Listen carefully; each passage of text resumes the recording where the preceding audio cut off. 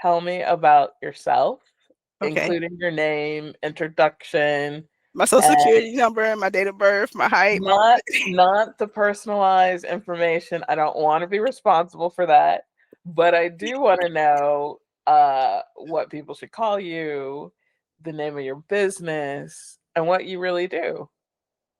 all right, so I'm going.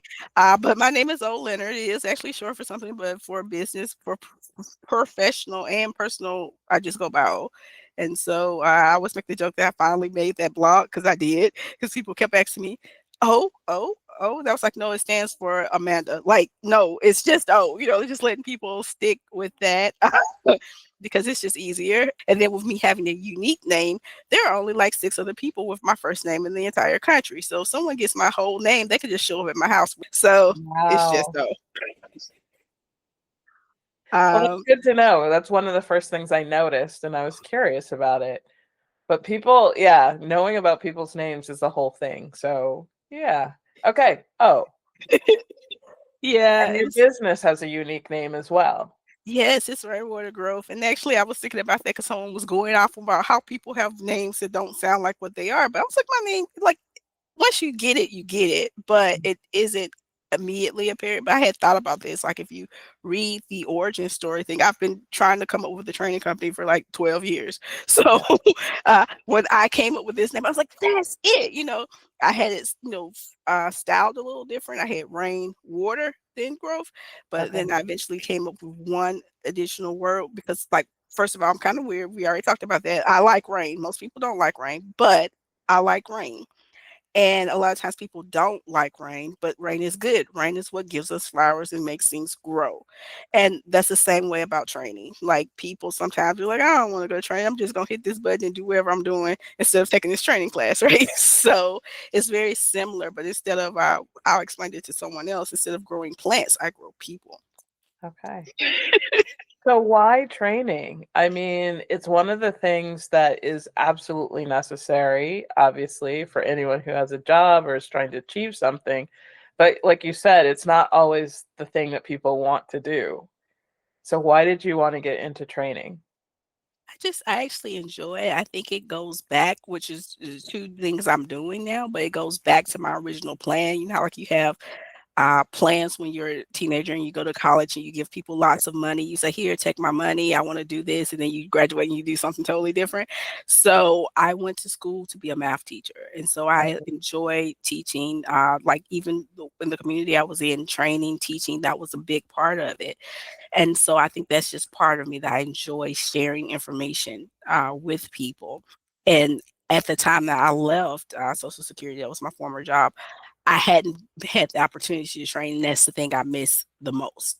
I was still in Okay. IT, and so that was something that I was really interested in getting back to since I hadn't had the opportunity after moving to headquarters Okay. to do classroom training. But I hinted at it earlier. But another thing that I'm getting to do now is I'm subbing, and so I'm getting to go. That's why I'm sick right now. I'm Mhm. getting to go into the schools and be around the little, like kind of scratch that itch that I've had for, over 20 years of what I've wanted to do and just haven't had the chance to do it. So, So tell me a little bit about what you train people on because you mentioned IT, but I think you also work a lot with entrepreneurs as well. So kind of give me a scope of what you train people in. right now, which I was talking to another contact about that because I was like, yes, I like to train people on this, but what they keep asking me for Right. is that. So I am still doing a lot of like Office 365 and Google Mhm. Workspace. I'm trying to move more into the Google Workspace. I'm a Google partner member, so I'm not a full-fledged Google partner. I'm a member. I got like a little asterisk by my name, but helping people do that because a lot of times people don't realize what all that basic software does. And so I was like wanting to start there because you can save people time and money. And so what I'm working on, like personally and with my business, is to improve my messaging so that people can realize that that's what I do. But I also offer time management coaching, and the way it's related, because it doesn't seem apparent. even though it really is, like, I'm preparing for this, I'm jumping subjects, but I'll come back, I hope. I'm preparing for this presentation at the end of the month, and it's about digital well-being. And it's like, but it's the exact same, like most of the material in there is the exact same thing I teach in email management, and it's the exact same thing I teach in time management. It's just with like a different flavor. And so it's that's how the time management grew. It actually is like different sections from our other classes. And I was like, hold on, this is a whole time management thing itself. And then just growing into that because so many people struggle with that. And if they took advantage of some of the technology, I'm not like, pushing tech, I'm not like to the AI people pushing technology on people. But if people took advantage of some of that technology to help them, then they would be a lot less stressed. They'd be stressed at first while they're learning. Mhm. There's such thing as a learning curve. But once they got used to using the technology, once they get used to it, then it's a lot easier, and then they get to do things a lot quicker. So give me like one like golden piece of information that could help someone use technology to find that time savings. What is like where would you have them start? Cuz I think for a lot of people it's like I know there's a problem. I just don't know where to start to solve it. Well, I think I'll kind of think because people always ask me that question, so I was kind of think of usually, especially when people are Outlook, I'm like, quick steps. Quick steps are the thing. But I think that learning rules and filters. So rules in Outlook is Microsoft's version of it, so it automatically sorts your email for you without, you don't like now. Of course, there's AI that will kind of do it for you, but if you just use those rules, why use a chainsaw when you can use a knife? So you can use those rules, and Google has something very similar in the form of filters. So using those filters, they'll help keep your inbox clean.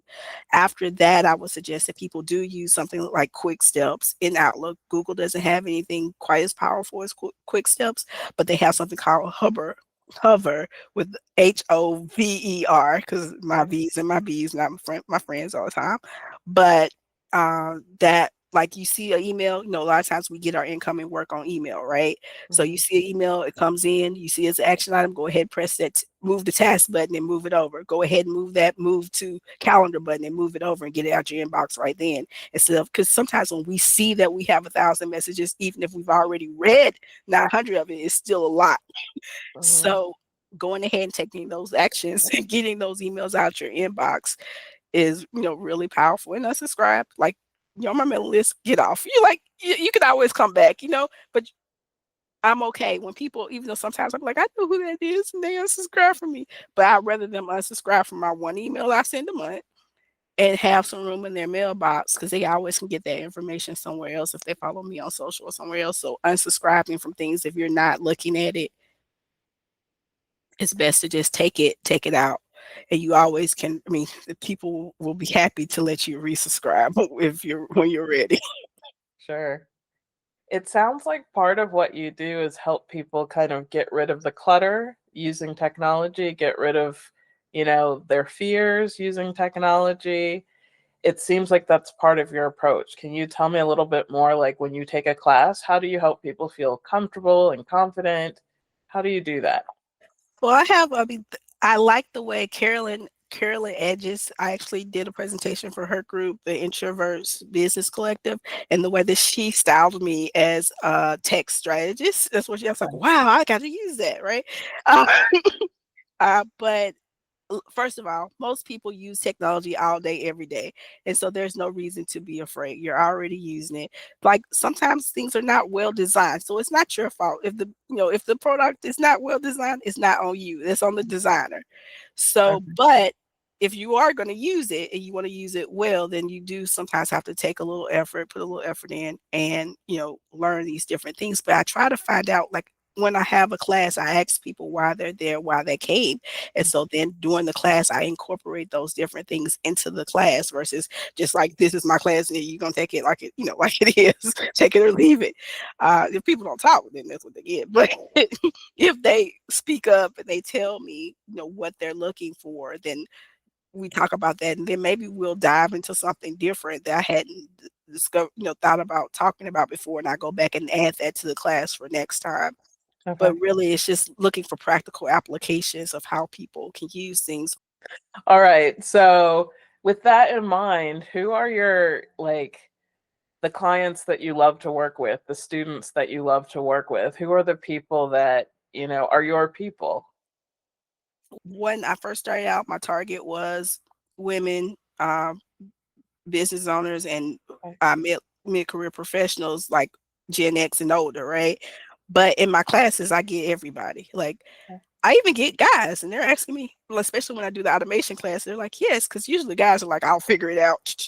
But in the so I'm generally open to help anyone, but that my target audience are still going to be females because we are the people who are concerned. We're the people who fix things when everything goes back in the background. So that is my target demographic. I don't know. I'm using the wrong word I right think now. those are the people, yeah, the people you want to work with, the people that you work with. Um, Yeah. I'm gonna ask you the question that's the trendy question right now, which is AI. Oh AI. no, I'm just kidding. No, I don't, I have no judgment about um your response, but because of the work that you do as a trainer, as someone who helps someone integrate technology into helping people, be more efficient, more effective, AI says that it does all those things. I'm curious, one, what are your feelings about AI in general? And two, do you use it in your business? Do you not use it in your business? Do you think it will help people? Do you think it will hurt what people are trying to do? Where is your stand on that? Oh, so I could. So now for the next 2 hours, let's. No, I'm just kidding. So I was going to talk about like just going into like answering your first question. Actually, I don't feel that bad about AI itself. It's like a Okay. tool, right? Guns are tools too, but we can go. That's a different discussion. But it's a tool, and so I don't have as much issue with the particular tool itself.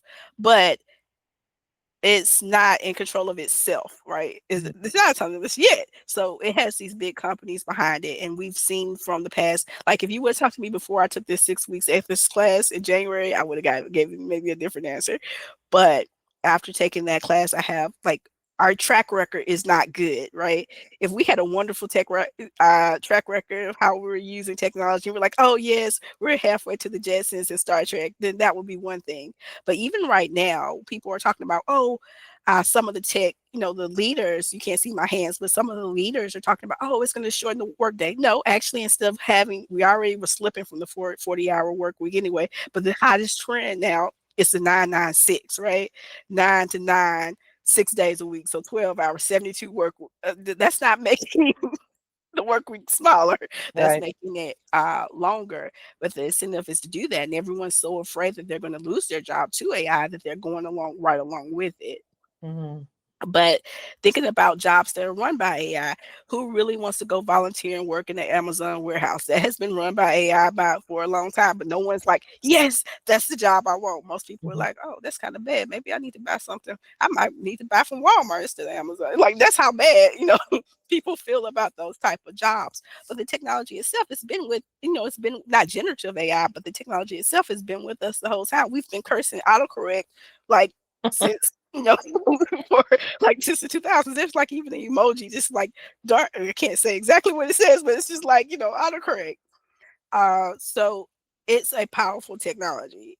I'm not sure of the implications because we've already gotten to a point. One of the topics I was going to talk about at the end of the month is there's this tech guy. I don't know what the proper name is. Tech guru, I guess.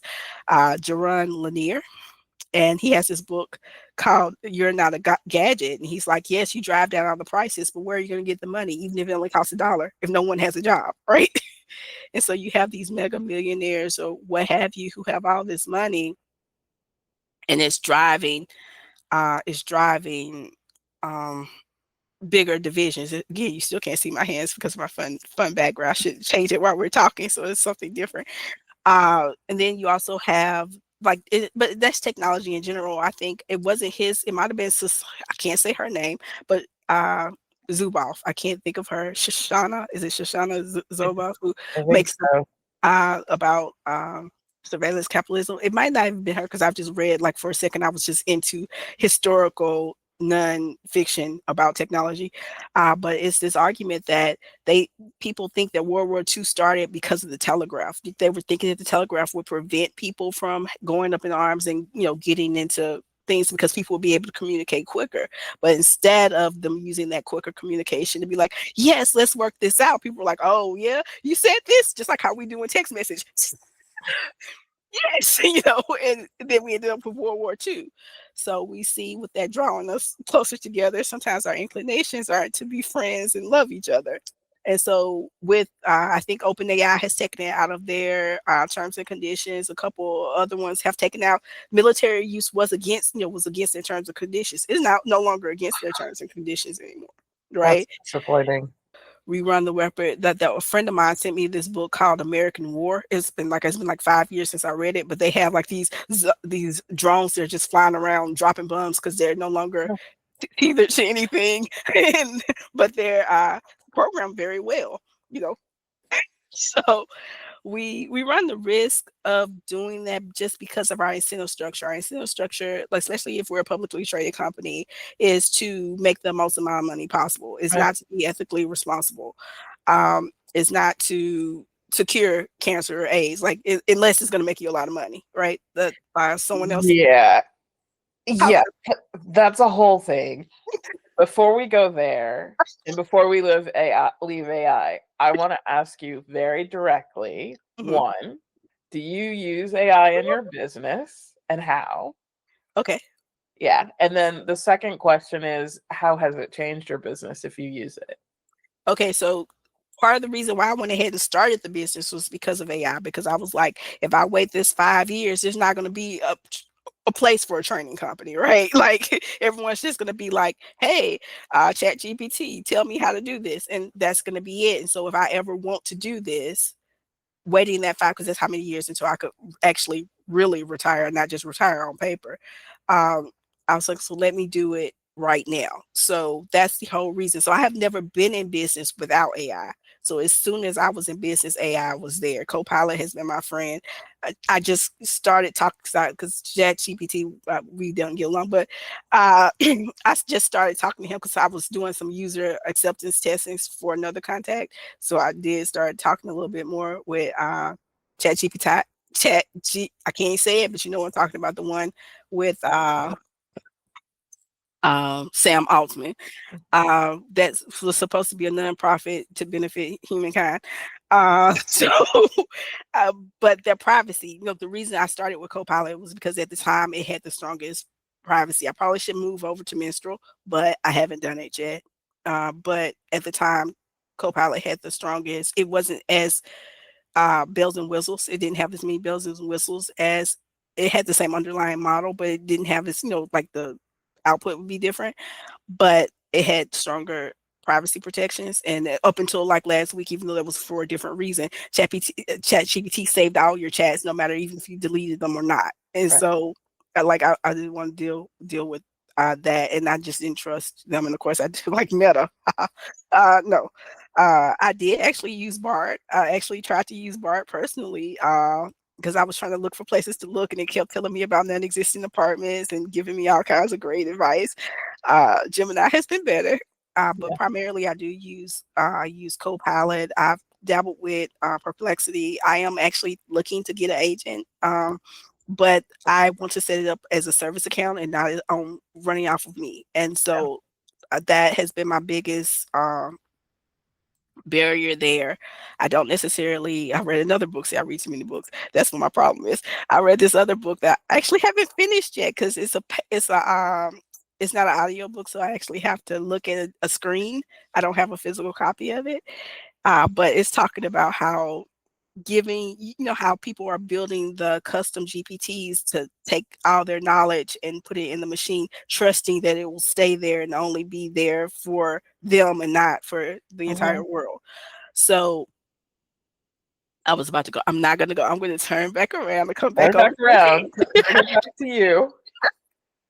So what I'm looking at is trying to get a service agent. I don't want it to have the same rights as I do. I want it to have like like the guy who deleted his whole software library because he had an agent out doing stuff and they had delete rights. Like, no, I'm not, that's not what I'm looking forward to. And so if I let it run as me, it will have all of my rights. It's like Yeah. even when you're an IT admin, you don't, most of the time you have to elevate your privileges to get to you don't just Mhm. say, hey, run, everything is full control. So I'm trying to get to the point where I feel comfortable and I feel like it's like the is balancing and be able to make that service account with something with read only permissions and only contribute and read only Right. versus running off of me. But I do still want it to be within my wild garden. So I don't want to necessarily use a free, like use a free account. I want it to have a be subject to like policies that I put in place, like an employee would be. So I haven't really gotten into that. I've used like some of the built-in ones just to play around with them, but I'm not as deep because I did take that. Like after like if you would talk to me in March, I would have been like, nah, I just read books. I just read paper books in the woods. I don't do anything else. Because after that class, and we just went, through. Yeah, there's a lot to be frightened. I read a lot of sci-fi, so I think about it deeply, and I use it in my business, so I think about it deeply. I Yeah. appreciate your take, and I absolutely hear what you're saying. I'm gonna ask you another question that's kind of related, but it's not really AI, and that's really automation. Mhm. So it's related to AI because that's what the agents are trying to do is take over the automation. But I recognize even with the AI, you do need to know things to automate things well. It's Mhm. like that old lesson plan that some schools have where they tell the students write down all the steps to make a peanut butter and jelly sandwich, and then the teacher will read exactly what the student wrote, and they usually forget to open the jar of peanut butter, or they forget to, that one bread or what side of the bread or all the different things. There's a lot of things that go into automating something well to get the output. So, do you have any tips or tricks or things that you do to help people understand that process? A lot of times people don't want to do it or they want to take shortcuts in doing it, but you're writing it down. Like again, it's the same thing as in time management. In order to know how to manage your time, you have to know what you have to do, right? You have to write down everything. And so Mm. writing down actually, I've even done it myself because sometimes I like to keep things up here. And then I write it down. I was getting ready to get a virtual assistant and I started writing things. I was like, oh, I could just automate this. Because Yeah, she took it like it was like a miscommunication. I was like, oh, I guess I could just automate this once I wrote it down. yeah, But had I not done that, because it was something I just, oh, this is like 2 or 3 steps. It's just thing I just had just gotten tired of Eventbrite. I was like, I hate Eventbrite. I can't do this anymore. But had I just written it down, then I would have seen, oh, yeah, this is, a opportunity for automation. But writing it down, like you said, being familiar with it, the best, like even with my former job, I had to do SharePoint projects for people. I had to actually do solutions. My solution, like the solution I did where you just told me, it was okay. It did what you told me. But if I sat there and I saw what you're doing and I talked to you for hours or, got to really know about it, but a lot of times people don't want to do that. But that's what it takes to get a good product. mm, There's that famous comic strip where it's like what the client wanted, what the UX person said, what the programmer did. It's like there's different versions of it, but basically it's like you know they wanted a tire swing, and then the other person got them like rocking chairs. It was like very right, different right. between the two things, and so knowing that process and being familiar with that process, I think that even with some of the marketing, because that is mostly where I use AI for. Had I not taken the digital marketing class, I still don't think. I mean, it is not good; it's mediocre. I'm aware of that, but it wouldn't even be there had I not taken the class on how to be a digital marketer first, and I had not been taking classes on marketing, then that product would not be where I needed it to be.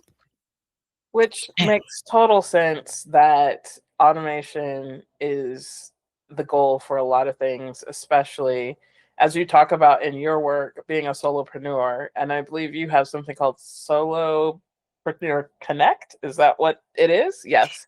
So, can you tell us a little bit about that and tell us a little bit about being a solopreneur Do you always plan to stay a solopreneur? What Tell us about it. Okay, so I really want to get back on my AI soapbox for a second and then bring it Okay, back. that's fine. But talking about what you were saying about how you have to know it, and this is one of the things, even before I left my job, that I had big conversations with people about, and everyone was like, "Olivia, stop running around with your head on fire, right?" But uh, it was about people like right now we have subject matter experts. We're the subject matter experts because we've been doing what been doing for 15 and 20 years. So we know what we're talking about. So if ChatGPT or a cloud or Copilot give us garbage, we're gonna be like, dude, that's garbage, and we send it away. But right now you have all these entry level students who are not being given the opportunity to learn. And if they're never given the opportunity, how are they going to get to be the subject matter experts to know that it's not done right? That's the same thing with automation. If you don't document it well, then when the person who worked with you, when you put the automation together, leaves, then the next person comes, then you either have to start over on the project, which is not fun, or no, it's just like you have to have a, I don't know, succession plan or something. You have to have a way to transfer knowledge. Mhm. And I like now people are talking about it again, but we've already done this. Again, our track record is not good. And I have to stop because I'm like shaking my laptop. Our track record is not good. This is what happened with the pilots. This is why we have a pilots shortage right now, is because they got rid of all the small airports because they weren't profitable. And so now we don't have enough pilots because that's how pilots learn. They fly at small airports, they get better, then they fly at medium, right? But we got rid of the small airports. Same things with hospitals. We're getting rid of all the rural hospitals. And so like we're doing this over and over again. So that's why I don't think that we're planning right. But going back to Solopreneurs Connect. So that is a networking event. I started it. I used to have three meetup groups, and so I let one of them grow, but then I ended up getting it back. So eventually, originally, all three networking meetup groups were about training because that's what my company was, right? So, but when I let this particular one go, the person who took it over from me changed it to be geared towards small business. So when they stepped down and I took it back over, I kept it as a small business hub. And I was thinking about all these things I found out after I started my business. And so I wanted to provide an I think it was called Small Business Collaboration Hub. It still might be out there because I deleted the two that I started from scratch, but I did not delete that one because I had taken over the DMV tech upskilling group to be my group, but it became, that small business thing. So I needed to have something for those people to be able to provide that, a sense of community. So I started Mhm. it, and it ended up with that and the other networking group that I had, that I was getting more people from Eventbrite. So when but about the solopreneur, like being a solopreneur, I think that I'm used to working with other people. So eventually I probably will bring someone on, either if it's in the contractor, because HR is my weak spot. So I don't know that I'd be good at managing the HR piece, but having contract help or having other providers with me, or even with the trainers, that's something I actually, because you learn from other people Right. when you're in um, community. I don't know what the right word is, but when you're working with other people, you learn. It's just a benefit. It's just like a uh, good feeling. I don't know. I just made up a word. So I think eventually that I will branch out. I'm even thinking about have another colleague, actually the person who inspired me to be a technical trainer, and we've been talking, and so we might collaborate, be more of a partnership, like like how you come up with something for a second, but it's a separate entity from both of your businesses. I think it's called like a joint venture. That's now also not my strong point. Uh, so thinking about doing some things with her because she is very deep into the power platform and AI. And so I think that, where I'm going around saying, yes, you remember how, oh, the other funny thing, I'm going to come back. I'm going to come back. Okay. Okay. Uh, and I was reading something else, and it was like, you remember in 1984 how everyone got in 1984 everyone has like the videos, they're watching them all the time or whatever else, that we never would know what that would be like. But the reason everyone had this because they bought them. It wasn't that the government forced it on them. Everyone Right. bought those things. So while I'm around screaming about that, then she could say, "No, let's go buy it." And so it'll be a good balance in personality, I think, between the two of us, to have those two perspectives. Yeah. And it's not like a, because sometimes when you have opposing perspectives, it ends up being more of an argument or a conflict, but we're able to get along pretty well, even though we don't necessarily view things the same way. So I really do think that that will be something that, with the beginning of the year, if we're able to get that off the ground, that will be fun. All right. Well, that sounds like something to look forward to. That sounds like a good way to kind of segue into kind of, are there anything, other things that you want to tell people or anything you want to finish up or cap up as we move from the interview? I can't think of anything right now because you got me on my soapbox, which I try to avoid. Um, let's see. We talked about training. We talked about everything that I do. I can't think of anything right now. Okay. Maybe as we continue to talk, I'm like, it'll come. Right. You'll see my face. You'll be like, oh. You'll see. I get a look on my face. You'll be like, oh, she has thought. Those are dangerous. Fine.